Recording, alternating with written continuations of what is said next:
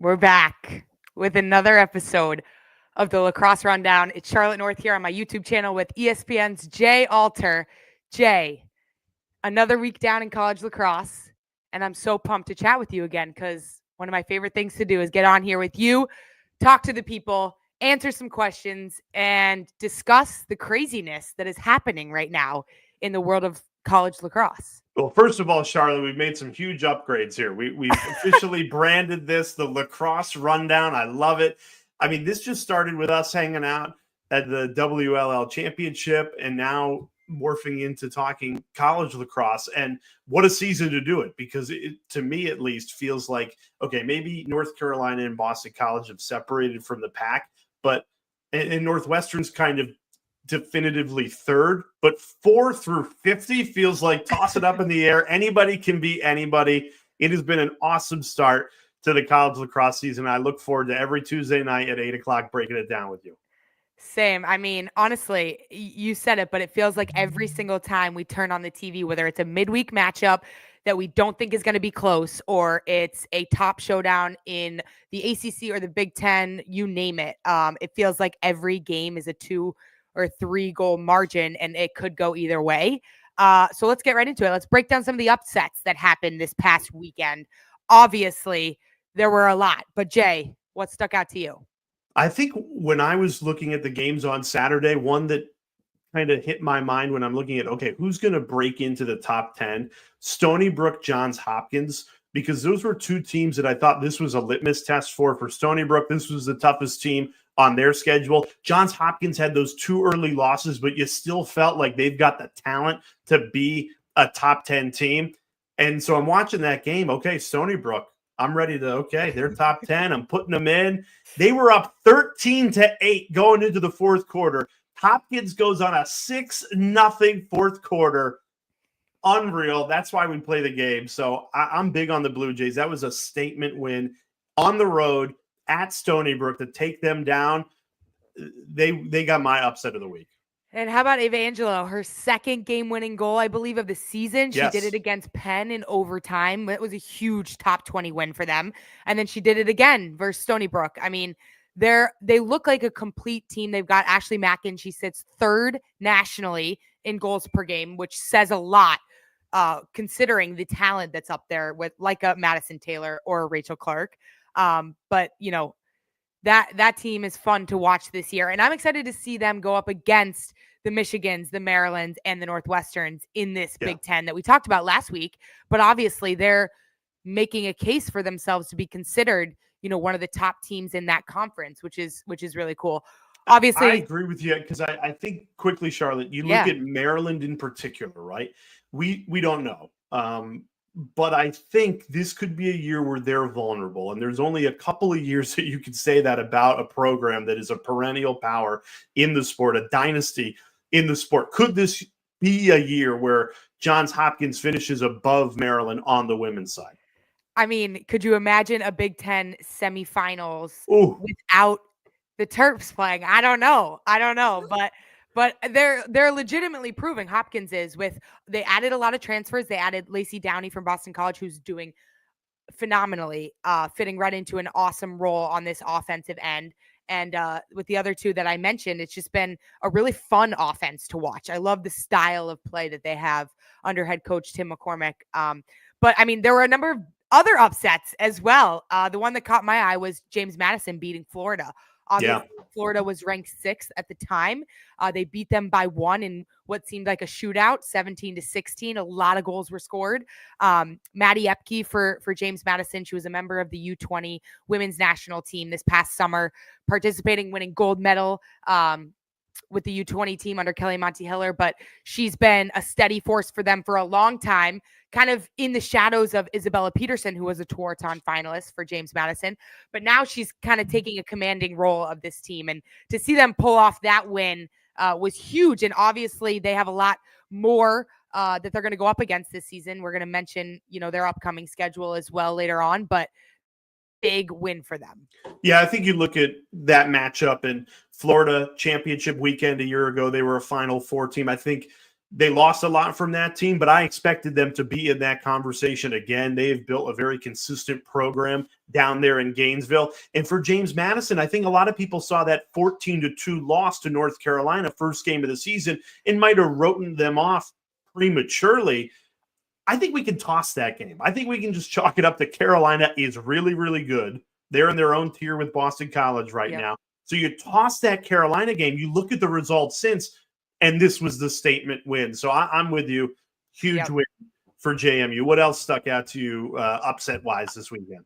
We got to talk about Navy going down midweek to Charlottesville and beating UVA at Klockner Stadium, one of the most iconic venues in college lacrosse, men or women's. And they pull off a huge win that will give them a huge boost, not only come, later down the road, Selection Sunday, but going into, their conference play in the Patriot League. I mean, they are looking to take that title back and take it from Loyola after dropping the championship game in the Patriot League to them last season.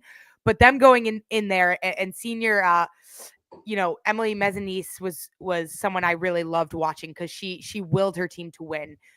She put on a phenomenal performance, 3 goals, 3 assists, had some clutch plays in the fourth quarter that really sealed the deal. But that team has a lot of talent and a lot of leadership, and you can see how badly they want to win. Obviously, they're coached by the great Cindy Timshaw, who has, if not the most iconic careers in all of coaching. She's the Mount Rushmore. She's the first head, right? Absolutely. She's the George Washington of women's college lacrosse. And I think you talk to the greats, Kelly Amonte Hiller, Gary Gate, whoever you want to talk Acacia Walker, you name it. Acacia Walker. It all starts with Cindy. So yes. I've got a great Cindy Timshaw story for you, Charlotte. Oh, I'd love to hear this. So we just finished championship weekend. I believe this was last year. So Boston College beats Northwestern in that thrilling final that came down to the last possession, the last pass, if you will. Yep. And the two coaches in that game are Cindy disciples, Acacia for Boston College and Kelly for Northwestern. And so we're on the rental car shuttle bus going back to the airport terminal. And a couple of the girls were like, "Did you work with Charlotte North? Did you just call the game for ESPN?" And I'm like, "Yeah."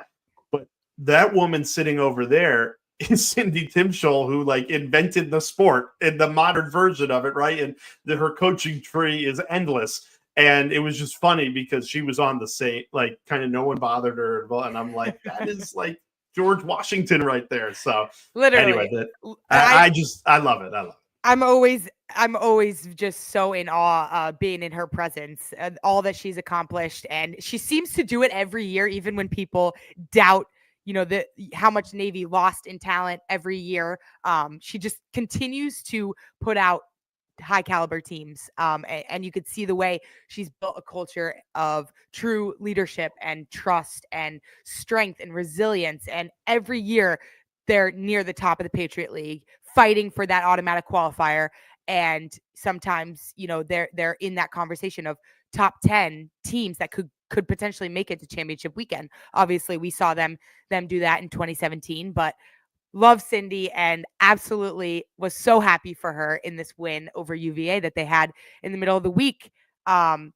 Any other upsets, Jay, though, that stuck out to you? Well, I'm monitoring the chat, and thank you, chat, for all the engagement and keeping us honest, because someone just wrote, Clemson is killing it. And yes, that is probably the number one headline, folks. It is. Clemson, the Tigers. This is unreal. This was a program that didn't even exist 3 years ago, and now you find yourself in the top 10. This is what can happen with this sport. And I want to talk straight to all the SEC athletic directors out there, because look at what Clemson did with their resources. We're going to go all in on women's lacrosse, state-of-the-art facility, right? They didn't just dip their toe in the water. They wanted to be the best, and they put their money where their mouth is. The resources are behind them, and here they are in year 3, the infancy of this program, and you go and get a top 10 win against a really good Syracuse team.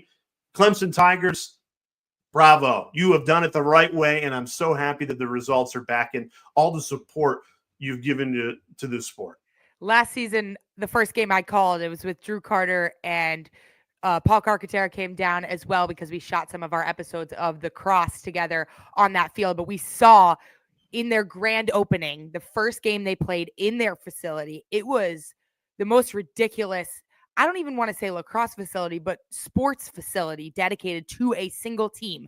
This is not a facility that they're sharing. They are being given the resources for recovery, academics, lacrosse training, specifics, their locker room, you name it. Anything you could think of that you need is all in the same exact place, easily accessible to these student athletes. I mean, why wouldn't you want to go to a big school like that that's pouring money and belief into this program with a great coaching staff, and they continuously bring in top 5 recruiting classes, despite being a little bit, newer to the lacrosse landscape, but also more Southern. Yeah, and correct me if I'm wrong, Charlotte, but this I felt like might have been a year ahead of schedule. I know when you talk recruiting classes, Alexis Spallina and the star-studded class, they have next year. But to do it this year, I just feel like they're making a statement early in the season that they mean business, haven't made an NCAA tournament yet. I feel like, I know it's early, but they're almost a lock at this point to make it, right? Absolutely. I mean, that was their highest ranked win in program history right after they just had their previous highest ranked win in program history going up against Notre Dame, not to mention at Notre Dame. We talked about that last week, but then coming into the Dome, which is quite the arena to come into and play. Obviously, one of the most iconic venues in college lacrosse, in sports. But for them to come in and win in a gritty battle against a Syracuse team that's strong, that's working through some things on the offensive and defensive sides of the ball. But obviously, it was an awesome matchup for fans of the ACC to be able to see that. Obviously, Clemson put on a phenomenal defensive performance. Summer Augustino, former Boston College Eagle who transferred to Clemson. She was IWLCA Defensive Player of the Week. She had 5 ground balls, 3 caused turnovers, I believe. So what an amazing performance by the Tigers. I'm excited to see what they do as they continue on, though, in ACC play. Obviously, they're going to face North Carolina in this upcoming couple of weeks, and I'm excited to see them continue to build off of what they already have done.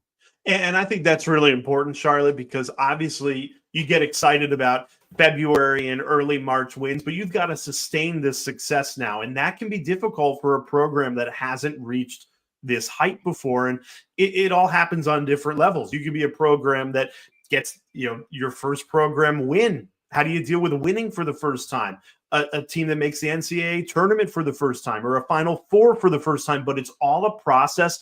And it just felt like that win against Syracuse was a major building block for this program. There's kind of that checklist, right?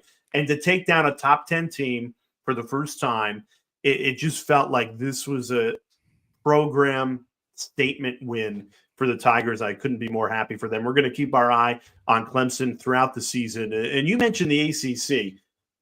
Okay, Boston College and North Carolina. They're 1-2, right? In 1A, 1B. They're 1A, 1B nationally and within the ACC, but then what? I mean, 3 through 12, we have no idea. And it's early, so it's right for us to have no idea. But I'm going to throw a ton of teams at you right now. Yeah. Clemson for sure. Yep. Stanford. We got to talk Stanford here. Realignment. They're coming into the league with a bang. They're right. Hey, we know the ACC's a lacrosse conference, and guess what? We came prepared because they have been awesome. A win against Virginia, that was a statement win for them. I watched Duke Notre Dame because I was down in Tobacco Road for a couple of games this weekend, both hoops and lacrosse. I watched Notre Dame Duke. I think Duke has a legitimate claim to be a top 5 team in the ACC, which we haven't seen in the last few seasons. So I think it's great for the sport when you have this. Who knows? Because the last couple of years, it feels like there have been kind of tier systems in the ACC. But I don't know, even a Virginia Tech, even a Louisville, like it feels like they could show up and beat somebody. So I think it's great for the sport that the ACC has so much competitive depth in that conference. And what a great addition when you can bring in a Stanford. I mean, Stanford's sitting at 6-0 right now. They're 2-0 in the conference. I mean, for them to make a statement coming in, honestly, I'm wildly impressed because this has been one of the toughest conferences historically in the game, and they haven't batted an eye. So credit to them. And obviously, they're a younger team. So for them to do that is even more impressive to me. But what I'm excited to see is this Stanford team being 6-0, heading to the Dome this coming Friday to play a Syracuse team that is looking for an ACC win right now. So we'll talk more on that in a little bit, but obviously Aaliyah Poliski, we talked about her last week. She has 23 goals to her name already. I'm excited to see how defenses decide to play someone like her, who has the ability to score almost at will. We see Syracuse defensively throwing a lot of face guards or shutoffs on teams. They did it against Clemson. Kayla McLeod this past week, obviously.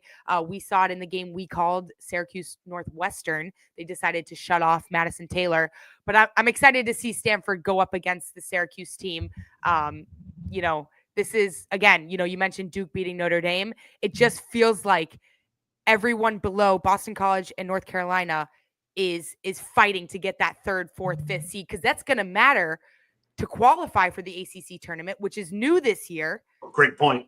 And in past years, every team made the ACC tournament. Now with conference realignment, there are more teams than would fit in the tournament. So only the top 8 qualify for the tournament at the end of April, which is one of my favorite weeks of the entire year.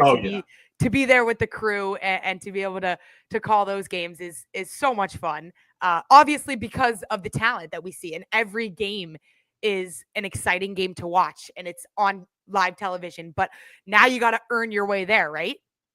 You do. And think of it like this, Charlotte. It's math. So 12 teams, only 8 make it. So that's a third of the league. 1/3, 33% that is not going to qualify for their conference's postseason tournament. And look, part of me doesn't like that, truthfully, because I think if you invest in this sport, you should get an opportunity to at least compete in your conference's postseason tournament, right? Even if it's just that one game. Yeah, so I do feel bad. And I hope they do fix that. That's a show for another day.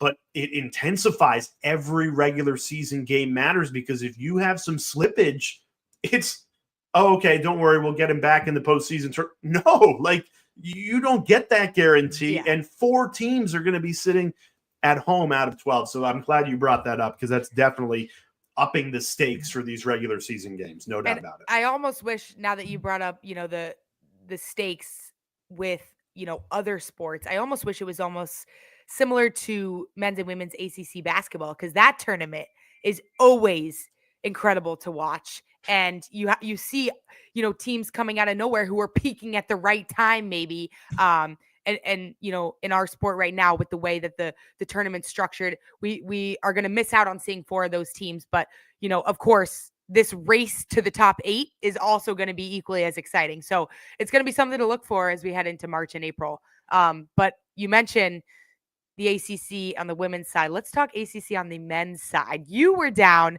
calling Duke Princeton, the first of that Ivy-ACC doubleheader, almost reminiscent of the Big Ten ACC Challenge in men's basketball. I love what the Ivy and the ACC are doing with Princeton and Penn, and then North Carolina and Duke playing each other early on in the season and giving lacrosse fans something to watch. And give credit to the coaches of the programs that were willing to do this, because this is really difficult for your teams. You're playing a game Friday night and then early Sunday. So it's like a 36, 40-hour turnaround. This is really difficult to prepare for. And everybody's a top 10 team. So Princeton and Penn out of the Ivy League, and then Duke and North Carolina for the ACC. And obviously the schools are short proximity, so the geography makes sense.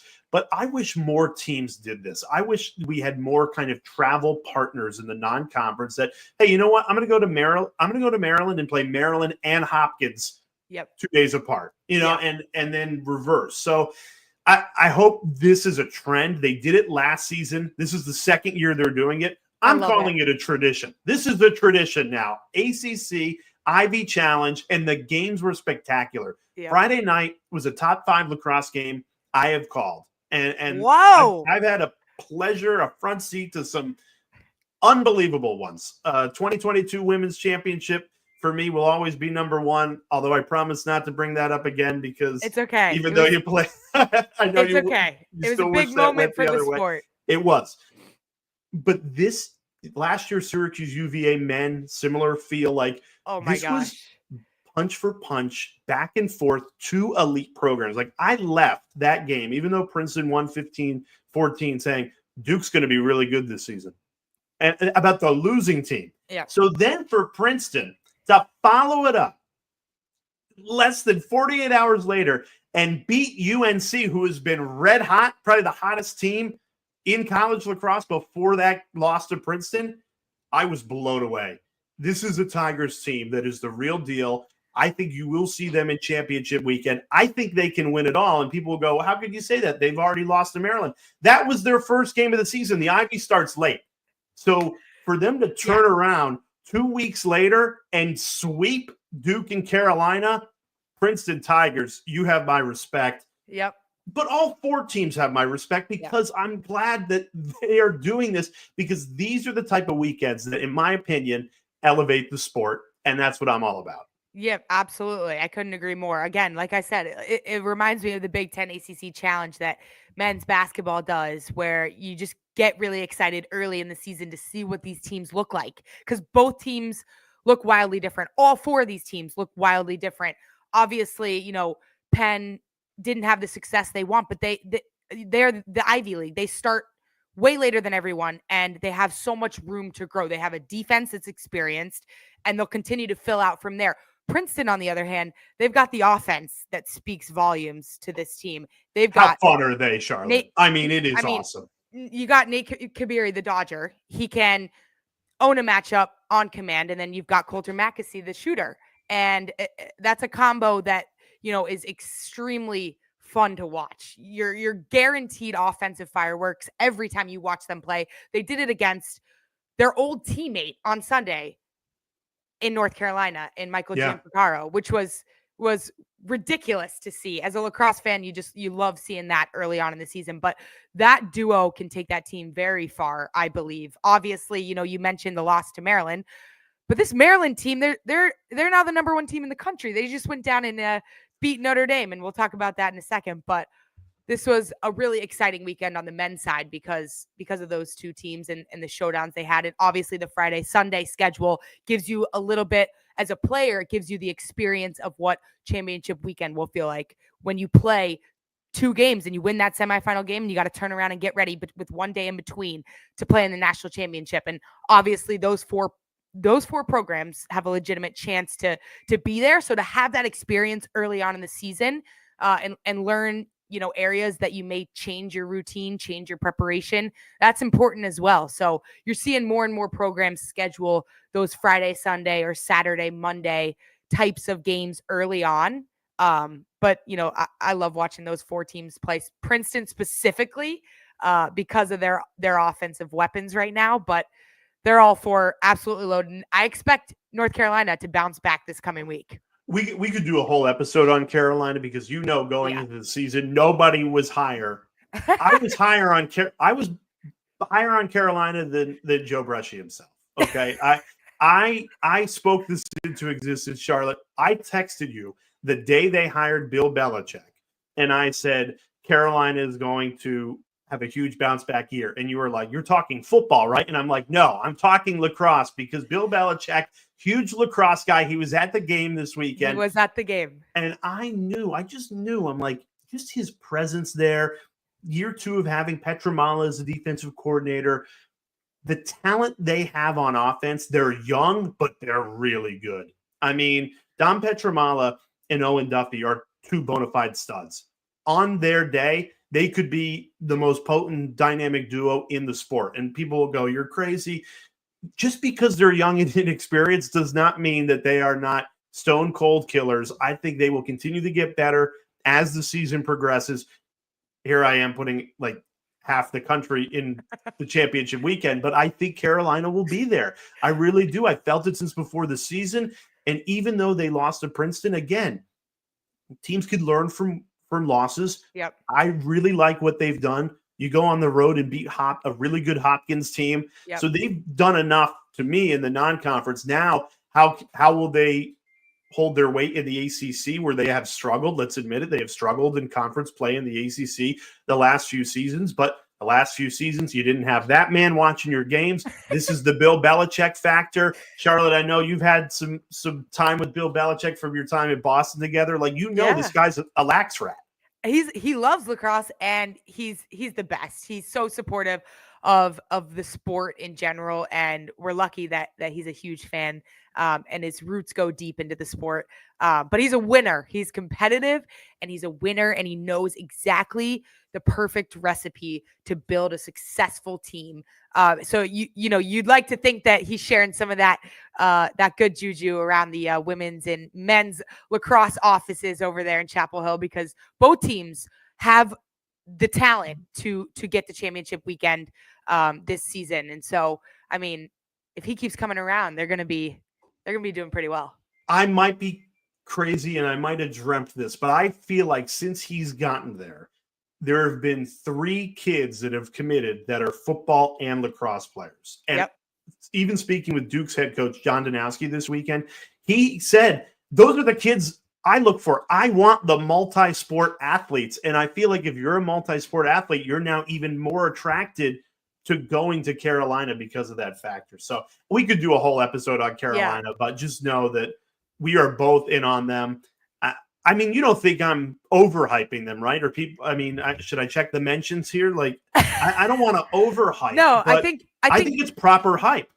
Yeah. And I think, obviously you learn a lot from a loss, like you mentioned, and they're going to have holes that they have to fill. But if Owen Duffy can consistently play really smart lacrosse, he's always going to be able to draw a slide, draw help defense, get the defense to spin. Everyone's keying in on him. Every scouting report is how to stop him off the dodge. But then, it's similar to Princeton a little bit, because you got Dom Petramala on the left side, the back side of an offense, where the double team goes to Duffy, and he knows exactly where to be and when. And that's exactly what we saw on Friday night with Nate Kabiri, or all weekend, I guess, Kabiri and Coulter Mackesy. The same dynamic. So it's very tough to stop. Obviously, they're going to have to go up against very talented teams in the ACC, a much smaller field on the men's side than the women's side, only 5 teams. But, right now it's looking like they and Notre Dame might be the 2 most complete teams, top to bottom. So it's going to be interesting as they progress. And I know you want to get to Notre Dame, Maryland. Yes. But before we move off our Tobacco Road Ivy League ACC challenge, I did not know this. Shame on me. I should be an expert in the sport if I'm talking with somebody like you. I did not know Griffin Skane. The Skane train lives on. So Izzy Skane's younger brother, Griffin, plays for Penn. He's got a flamethrower just like his older sister. So that was awesome. I just had to get that in there because I love when the sport crosses over like that. I love their story, and I love, that they grew up playing with each other, teaching each other, competing against each other. Obviously, you can see how competitive they all are, but I love that you can see Izzy's influence on them as well, on the field and off the field. Just a great family. Obviously, one of the great all-time lacrosse families. I mean, we talk about the Stanwicks. You got to talk about the Skanes now too. Wow. I mean, when you're putting anybody up with the Stanwicks, that's a big deal. You got to see, this is some epic genetics going on, but obviously some massive amounts of hard work in the backyard. And growing up in Michigan, so cool that they came from a non-traditional hotbed, I guess, if you would call it that, for lacrosse, which is, I'm from Texas. It means a lot to see, other people representing those non-traditional areas and understanding how much hard work it really takes to put in the hours when maybe, you're flying to tournaments instead of being able to drive, and you're putting in a lot of hours. So it's awesome to see. And I can't wait to see the rest of his career pan out for the Penn Quakers. All right, let's dive right into it. Rematch of the men's national championship a year ago, Maryland-Notre Dame. It lived up to the hype, Charlotte. It lived up to the hype. I mean, it was ridiculous. There were over 10,000 people at the Bobby Dodd Stadium in Atlanta, and you had Chris Cotter, Paul Carcaterra calling this epic rematch. And obviously, the star who stole the show was Logan McEnany, the goalie. or Logan McNaney, sorry. Kavanaugh can't get it past McNaney. This save right here. Wow. I mean, that is the save of all saves. But You're then right there on was the doorstep. there was that one. Yep. Yep. Right on the doorstep. That's not Charlotte, if you're shooting on that, you're like, oh, this is automatic. Yes. What a save. And what I love about the way, he plays, obviously, you have Chris Cavanaugh on both of those clips, right on the doorstep with a kick save. And he made a kick save on his between the leg shot as well. That is, if you're Chris Cavanaugh, you did everything you're supposed to do right there.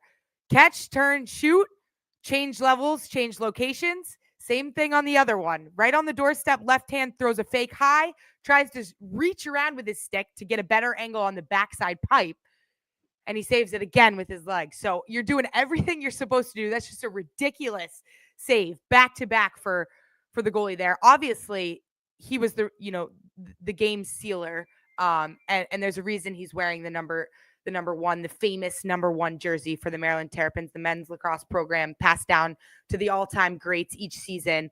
The first goalie to wear it, I believe.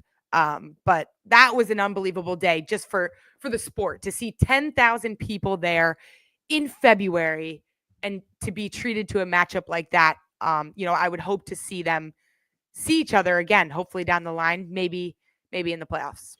I'm a little disappointed I didn't give a heads up to our producer, Wes, who's learning lacrosse, doing a great job. He lives in Georgia. He should have been one of the 10,000 at Bobby Dodd, checking out 1 versus 2 and checking out those awesome saves by Logan McNaney. I think, look, we don't talk about defense and goalies enough. It was Maryland's defense and McNaney down the stretch that won that game. And you knew it meant a lot to those guys because, look, when you lose a national championship game, that is going to stick with you. So I thought that was awesome for Maryland on a huge stage to get that win.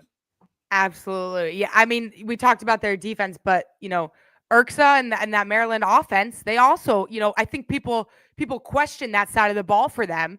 You got Eric Spanos and you got Urksa, and they delivered against, again, obviously we know the Notre Dame men's team graduated Liam Entenmann as their goalkeeper, and there are a lot of shoes to fill there, but their defense is experienced, and it was really cool to see them step up to the challenge on that side of the ball. Maryland, obviously, John Tillman, I would put him up there on the Mount Rushmore of all-time greats in the men's side of coaching. We talked about Cindy Timshaw, but John Tillman knows how to construct a perfect game plan, and they wanted that win very badly after the national championship loss last year. And think about this for Maryland. Early in this season, you have the 2 best wins in the country. Yep. Because you've beaten Notre Dame and you've beaten Princeton. When I was voting for my top 20 on the men's side this week, Charlotte, I put Maryland 1. I'm like, okay, Notre Dame's still 2. Oh, and Princeton's 3. Yeah. So, and Maryland's beat 2 and 3. So I just think that's awesome. So good for Maryland. I think, again, I'm putting everybody in championship weekend, but it might be Maryland, Notre Dame, UNC, and Princeton. It could be those 4. And that means that this past weekend would have been a preview of championship weekend with those matchups. So we'll see. Is that your lock? You're going with those 4? It's my lock on March 3rd or March 4th. Yeah, whatever it is. All right. I'll remember that. I'll remember that. So last week, Charlotte, we love the chat engagement. I know you put something out on Instagram today that got a ton of replies, and we're going to get to those questions in a minute. I want to go back to last week because we said drop a comment. When we were talking player of the year, we got some great suggestions. It is wide open, more wide open than we even thought based off all the names that you piled into us. But floor is yours, Charlotte. You kind of went through it. Like if you had to put up a top 5 together or throw some names out. Gosh. Who do you got right now? So, I mean, obviously we talked last week about who could, be in this race as of right now. Obviously we have the Madison Taylors, we have Rachel Clark. They are dominating statistically, but also just bearing the load of being, the target of everything in the offense, and everything runs through them. So to see the way that they're stepping up into their roles this season and being very efficient, both of them, I would expect them to be, Tewaaraton finalists by the end of the season and continuing to just elevate the level of play for those around them on the offensive end for Northwestern and Boston College. Obviously, there are a lot of other talented players that could be in this category. You know, we called the Syracuse Northwestern game. Emma Ward had a phenomenal game that day, and I'm excited to see her continue to play. I love her style, being a true quarterback from behind the cage, also a step down shooter from the outside. But Mackenzie Blake on Princeton, she has my eye as well. She's a very slick dodger. She's two-handed, and she's been one of the go-to players for this Princeton offense for quite some time. So if they're able to put together a really strong resume and make a push in the Ivy League this season, I'm looking at her as being one of the top threats in the nation.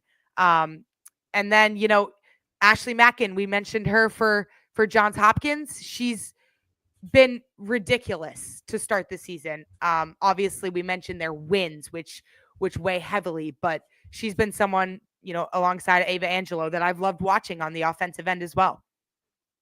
We've got some shout outs in the chat. So live chat, love the engagement. I hope I'm getting the pronunciation right. It's my job as a play-by-play guy to get the pronunciation right. Leela, I believe, says maybe a defender. Shea Baker. 2 weeks in a row. Yeah, we did talk about her. I think, you know, you could see that for sure. Rachel the goal. What about the goalie, Shea Dolce? Had another amazing performance today against Dartmouth. Almost pitched a shutout. It was a phenomenal performance, and she had another great performance this past weekend against Virginia Tech. I mean, we got to give our defenders some love. Rachel DeCecco, the only defender to ever win the Tewaaraton Award. We're lucky enough to get to spend time with her. She calls games for ESPN as well, obviously doing tremendous things at the PLL and the WLL, but it would be pretty cool to see a defender up there again. Yeah, and then I think if you continue with BC, we got Kay saying Emma Lopinto. Someone earlier up there, Michaela said Rachel Clark. So again, when your team wins, you're going to give yourself a chance. Typically, if you look at the history of this award, right, the Player of the Year, the Tewaaraton is what it's called in lacrosse for the new fans out there. Winning ultimately, to me, is the tiebreaker. So if you're cut between two, it's, well, whose team did better? And so I do think you got to keep looking at Boston College as they continue to be the number one team in the country. Layla also mentioned Jill Smith. I love that pick. I talked about her before the season started. She's an attacker for Michigan. Obviously, Michigan had the best season they've ever had in program history last season, making it to the quarterfinals. But they've got a lot of talent to go up against in the Big Ten, like we've mentioned. So this Big Ten race, we talk about the ACC race for the top 8. This Big Ten race is also going to be equally as exciting. You got Northwestern, Hopkins, you got Maryland, you got Michigan. I mean, you've got so much talent, you know, offensively, defensively. But I'm excited to see that one come down to the wire too. All right, let's keep it going with the fan interaction here. It's my favorite part of the show, honestly, Charlotte. So you pulled out some questions from your Instagram. Hit us with it. What do we got? All right. Since we can't get to them all, we definitely, the ones we didn't get to today, we'll get to for sure next week. But thank you guys for submitting some. These are amazing. And obviously this is a conversation between Jay and I, but you guys as well. We want to know, when you sit down and watch college lacrosse, what are you thinking? What are you seeing? And what do you want our opinions on? What do you want to know? So we got Janie, I think Natal, if I'm pronouncing it correctly, asked key points for BC to go back to back. Jay, what do you think? Well, we were just talking about it. I think when you look at Boston College, yes, they have firepower on the offensive end, but if this team is going to go back to back, Shea Dolce and net, lockdown defense led by Shea Baker, I think, Charlotte, to me, when you look at the talent they lost off last year's team, the question marks were more midfield and defense. Like, you lost some really talented two-way midfielders in Cassidy Weeks and Belle Smith, and then defense. So those were the question marks. I feel like they filled in beautifully. And when you have that anchor of defense, and okay, we don't need to score 20 goals a game to win. Now, it helps when you do. But to me, defense and goalkeeping has been probably farther along at this point in the year than I thought it would be. I think they've also, on the flip side, offensively have showed their ability to beat a man-to-man defense and a zone defense with high pressure, a face guard, and a man-to-man defense. They've just showed a lot of variety. Obviously, we know they have McKenna Davis, Rachel Clark, Emma Pinto, but they've showed a lot of variety in terms of integrating their midfielders into the mix. Obviously, Mia Mascone has joined that attack line, transferring in from Brown, former Ivy League Attacker of the Year. She's transitioned beautifully and she fits right in, and she's been able to add a different element to this offense. So continuing to build the chemistry is going to be important. Obviously, we know it's early March and, they're sitting at the top right now, but they're going to face a lot in this ACC. And as they go into the ACC tournament, they're going to have to see North Carolina. Of course, that's a game early April that we already are looking at, which is going to be exciting. But, obviously the goal for all of these teams is to peak at the right time and to be playing your best lacrosse in that tournament time in May. And that staff at Boston College knows how to get that team ready to do that, putting different pieces together each year to be ready to play your most dominant version of lacrosse when you hit that time of your season.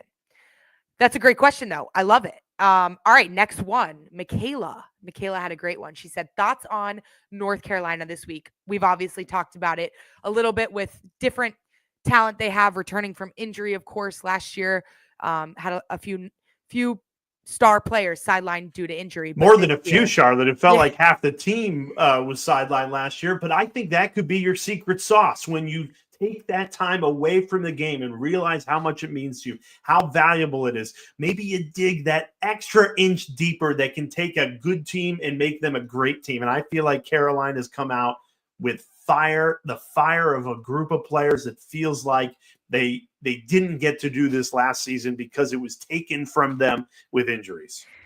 Yeah, I was watching them earlier today against Temple. I mean, you just see the number of different ways that they can beat you, whether it's in the midfield, whether it's with their 1v1 defenders. Their transition game is fast. And then they have a number of offensive weapons that play very complementary to each other. And not to mention, the players that missed last year due to injury, but the two players they added that stick out to me from the transfer portal, Olivia Vergano, the lefty attacker from Virginia Tech, and the draw taker, Sarah Gresham from Virginia Tech. Not to mention, both of those girls have over 150 draw controls to their name already before getting to Carolina. So they're adding different pieces in different ways, and it seems like they're getting more and more comfortable playing with each other. Similar to Boston College, they're going to look to continue to grow into a cohesive group come April and May. And you got the Humphrey sisters. I mean, awesome chemistry. Yep. Darien guy. They're all Darien grads at the high school level. So I got to disclose that, I feel like. But no, they're awesome. And I'm so glad. Everything happens for a reason. COVID and the extra years and injuries. And it's awesome that this has all worked out, that they get to share a field for this one season. Yeah, I'm excited. I'm excited to see them continue to grow. Obviously, they're going to be strong for years to come, as we can tell with their freshman talent and their transfers as well. All right, next question. Sam Givens asked, does Pitt have a chance at making the NCAA tournament?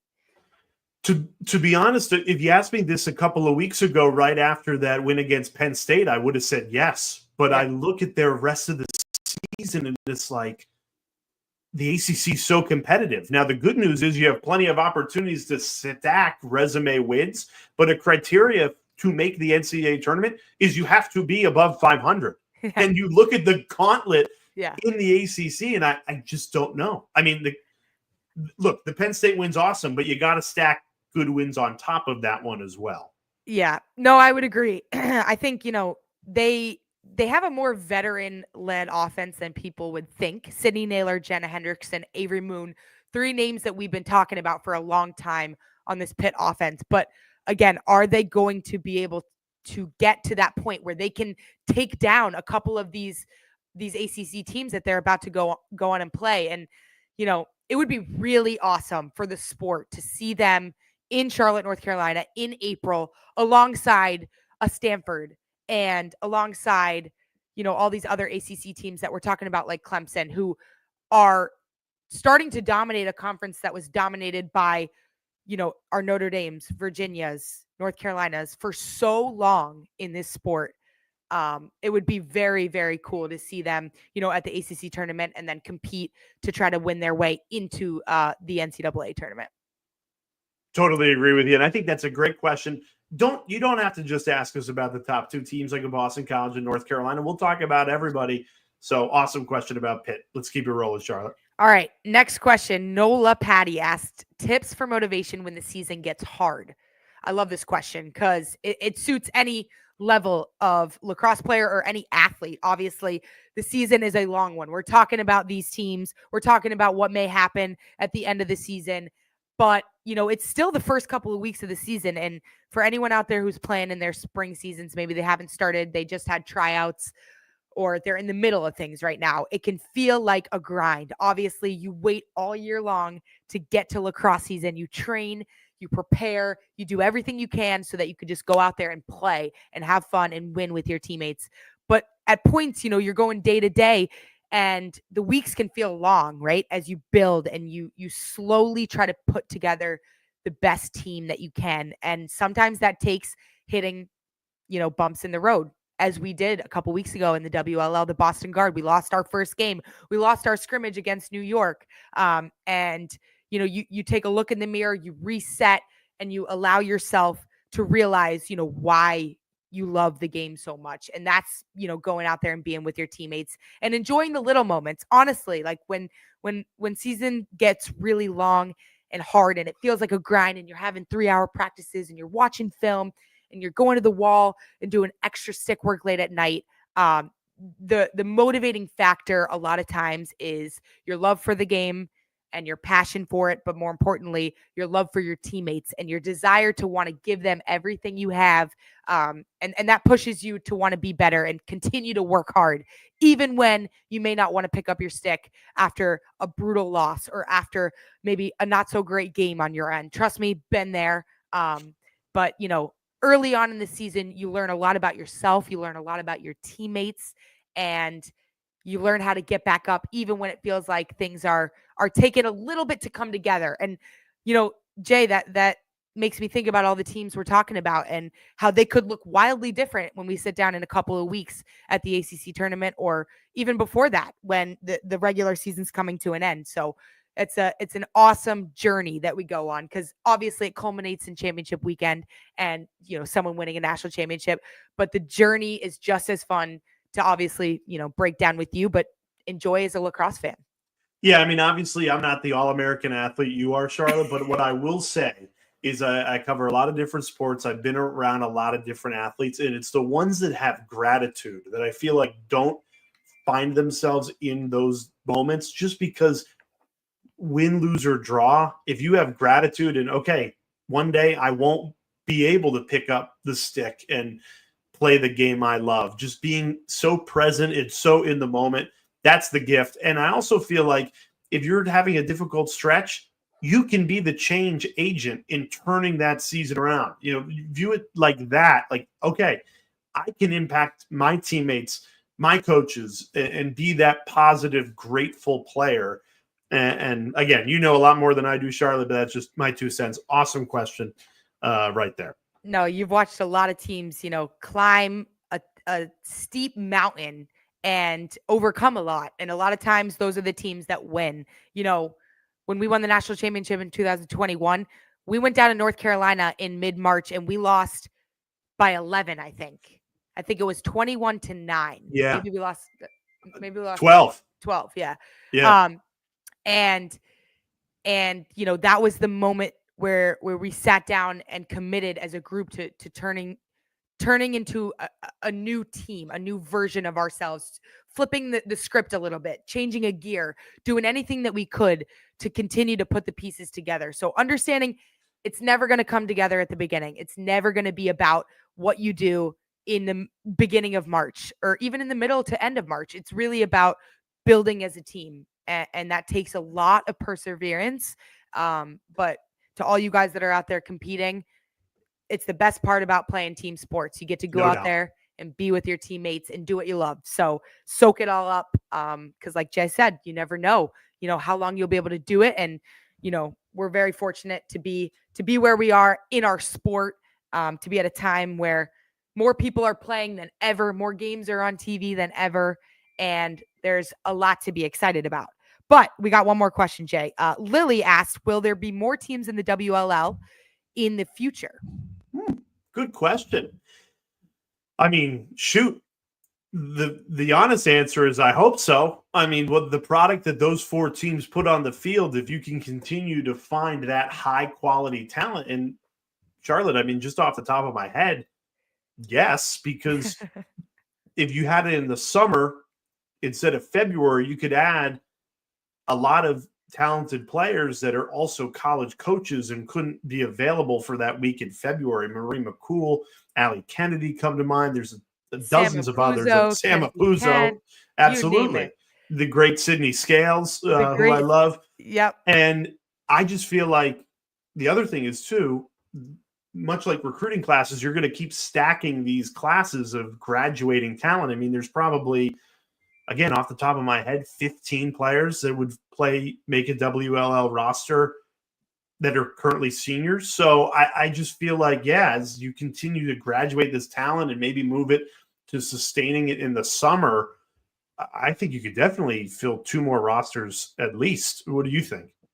Absolutely. I agree. And I think if there's anything we learned from the championship series is that these rosters will perform and every game will be competitive, and the world wants more of the WLL. The world wants to see more women's lacrosse be played at the professional level. And it's really exciting. It's an exciting time because, everyone is firmly on board and believing in this product, believing in the future of professional women's lacrosse. Obviously, we all believe in it. But this sport is growing globally. It's growing faster than we could ever imagine. So excited to see the future of the WLL and all the amazing talent that will come into the league. Obviously, we're going to be talking all season long about the seniors in this league and the potential for these players to translate their game into the professional ranks, which I'm excited to discuss. I'm excited to see it all unfold. Obviously, we have 4 amazing cities represented that really showed a lot of love towards the 4 organizations at the championship series and really got behind these teams. And we felt it as players, and, just the energy around the 4 teams was something, I could have never expected. But, I'm excited to see what the future may hold there. No, that was really special, and I'm glad that those were 5 great questions. I'm going to add a final one here. I'm going to add, because Charlotte, we're coming up on an hour. We were like, oh yeah, it'll be between like a half hour and 40 minutes. Here we are going on an hour. So final question here. Ava Lee from the chat: top 3 games to watch this upcoming week. Yes. /weekend. Good note to end on. I felt like I'll give you the 2 TV games quickly. Yes. Syracuse, Stanford, which we touched on earlier, is a massive game for both teams. Syracuse desperately needs that win after dropping 3 already on the season. And then that's on Friday. On Monday, they turn around and have to play Johns Hopkins, who is red hot, and we were given love too. So those are 2 massive games. Both of those games are on linear television with ESPN. So I guess that only left 1 game for you, Charlotte. No, I'm kidding. I can't pick 3. I'm going to give you 2, but not to mention our friends Drew Carter, she and Sandwick Birch, the Hall of Famer, will be on that game on Friday. Yes. And then you and Dana Boyle will be on the game Monday. Syracuse, second toughest schedule in the nation a season ago. This schedule that they're playing has got to be the hardest schedule in the country, without a doubt. I mean, I'm excited to see this upcoming weekend of games, obviously, and see, we talked about Stanford, but my 2 games that I'm looking at, UNC UVA, they play Saturday at 2:30. This is a matchup that historically has always delivered in our sport on the men's and the women's side. UVA knocked UNC out of the ACC tournament last season, and it was considered, an upset there. So I'm excited to see these 2 teams go at it. UVA looking to get a bounce back ACC win, if you will. And, they have the talent to do so. Obviously, we've talked North Carolina as well. So tune into that one. My second one is Maryland at James Madison. Obviously, we talked about James Madison with the massive upset against Florida this past weekend. But this is another test. This is another top 10 test to see if they can do it again and solidify their spot, being one of the top teams in the nation. That's Saturday at 12 p.m. So, I mean, it seems like we say it every week. We're spoiled. We're spoiled. We are. We really are. And it's just getting better and better. Obviously, the conference games are coming into the schedule, and they always deliver. And I'm excited to see the 2 games on TV. That'll be sweet. So if you guys are near and around a TV, a screen, a laptop, an iPad, a phone, turn on some lacrosse. Friday night LAX to kick it all off, 5:00. Syracuse, Stanford, ACC Network. I love it. I love breaking it down with you. This has been the best part of my lacrosse season, Charlotte, is Tuesday nights hopping on and breaking it all down. So 8:00 seems to be our time. We'll keep it rolling. And yep. I'm just noticing this right at the end. Trying to, make some changes, cosmetic changes here around the studio. Feels like each week we've been ramping it up. We've got an official name now, the Lacrosse Rundown. Yep. You can't tell that that's an on-air sign, right? I mean, it's a beautiful, it says on air, but it just seems like something's glowing. That didn't work. It is glowing. I mean, maybe we ask our very smart producer, Wes, who helps us with all of this, because obviously we don't know what we're doing. We know nothing.